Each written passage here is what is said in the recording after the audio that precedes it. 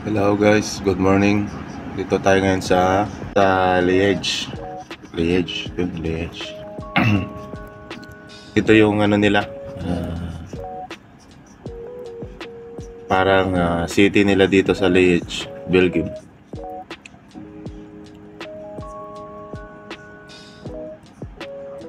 Gusto ko lang i-share guys para kahit hindi kayo nakarating dito, at least nakita niyo yung paano ang disenyo ng mga bahay nila.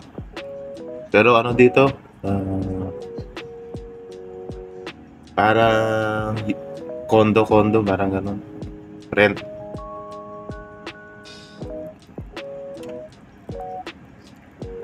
Yan sila naglalakad sa ano, minsan pag hapon na, tapos na yung office hours o weekends, yan, nagja-jogging sila dyan.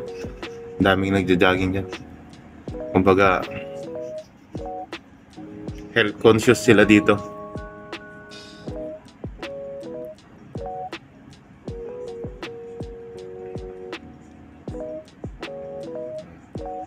Mga ano lang to, mga pinaparentahan siguro. Apartment. Kasi kung madalang kasi dito yung ano, yung may bahay ka. Kumbaga dito ano, apartment talaga.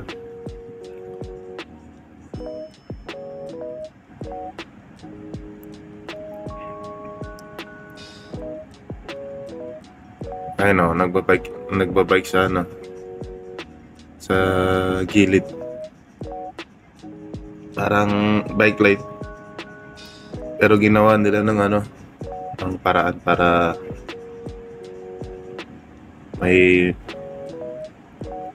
madaanan kasi doon sa taas. Dito sa taas ng tulay, ano, bridge. Sa taas ng tulay, mga sasakyan, kaya sa yung bike sa baba. Ayun o guys, oh. Ganda naman. Sayang di tayo nakapasyal. Kasi sa likod kami palagi ng city.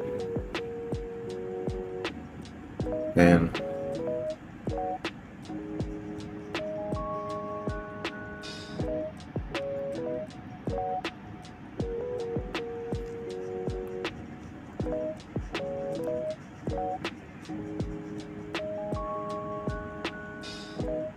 Saka shoutout ko na rin pala yung mga may top badge ko, mga top sharer, mga nag-share, mga nag-comment. Sa mga hindi ko nare-resbakan, pasensya na.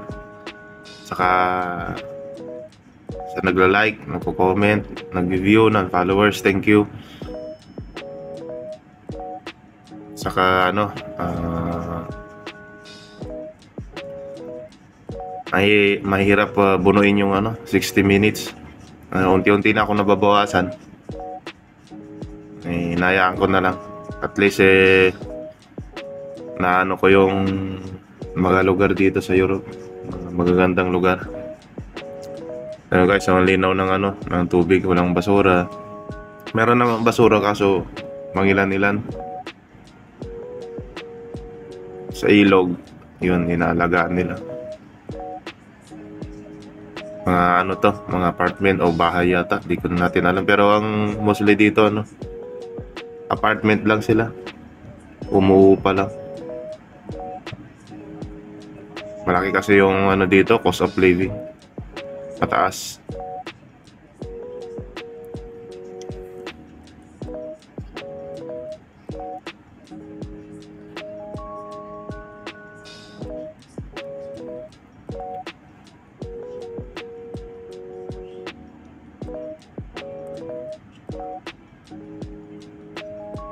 May namimingwit din minsan dito sa ilog. Tayong namimingwit.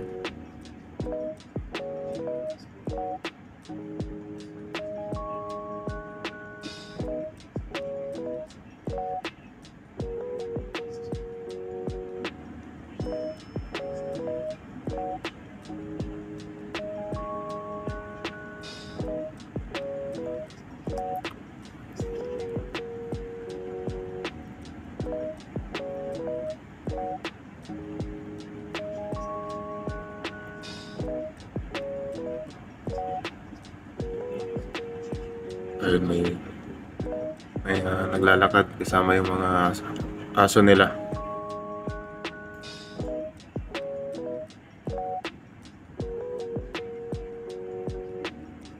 Ito naman yung mga mga maliliit na barko. Ito. Yan, mga maliliit na barko na ginawang bahay na o ginawang sariling bahay. Kumbaga na sila, diyan na sila nakatira, ginawa ng bahay yan, hindi na siya nagbibiyahe. Ayun o, may solar panel na, antena na. Ayun o, yung iba nagpaparenta. Ayun, paparenta.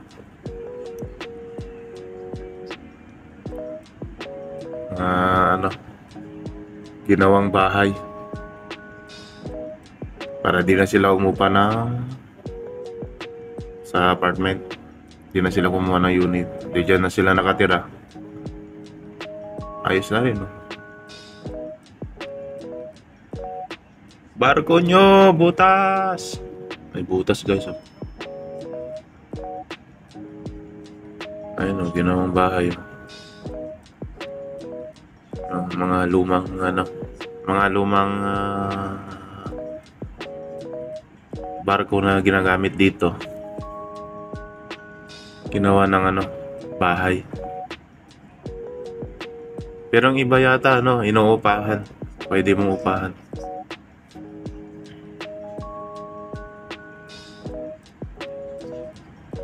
Pinapaupan nila, parang hotel na rin.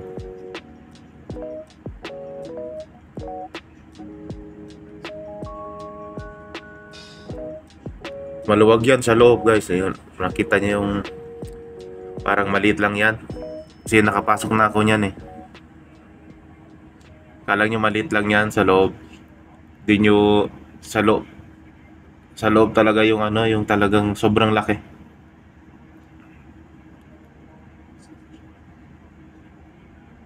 Malawak ang loob. So hanggang dito lang tayo. Thank you. Bye bye.